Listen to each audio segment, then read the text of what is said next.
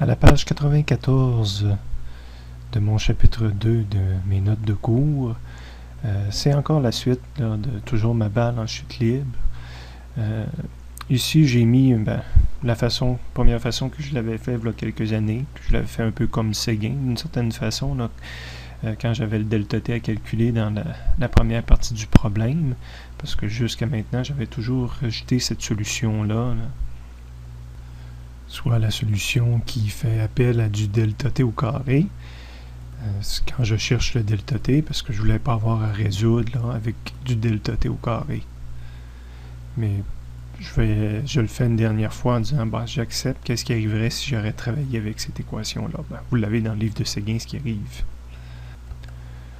Je reviens momentanément à la page 91 de mes notes de cours pour me rappeler c'est quoi la situation, la première partie de la situation.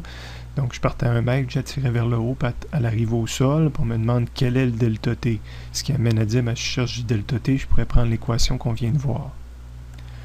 Alors, faisons-le, même si ça ne me plaît pas. Fait que de retour à la page 94, je dis que je vais utiliser cette équation-là qui contient du delta t dedans et que je veux isoler le delta t. C'est dur à isoler quand on a là à la fois à la 1 puis à la fois à la 2, ça revient à dire que j'ai une équation quadratique.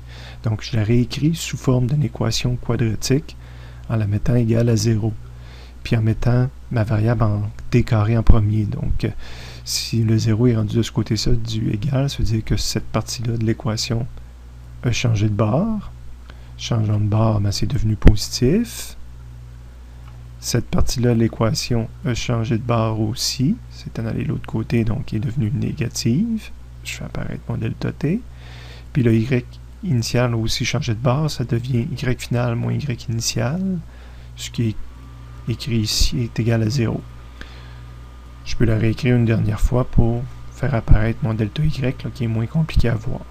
Et il faut que je reconnaisse que ça, c'est l'équivalent d'une quadratique, que je pourrais donc solutionner avec x est égal à moins b plus ou moins b2 moins 4ac sur 2a. Puis là, je remplace mes choses.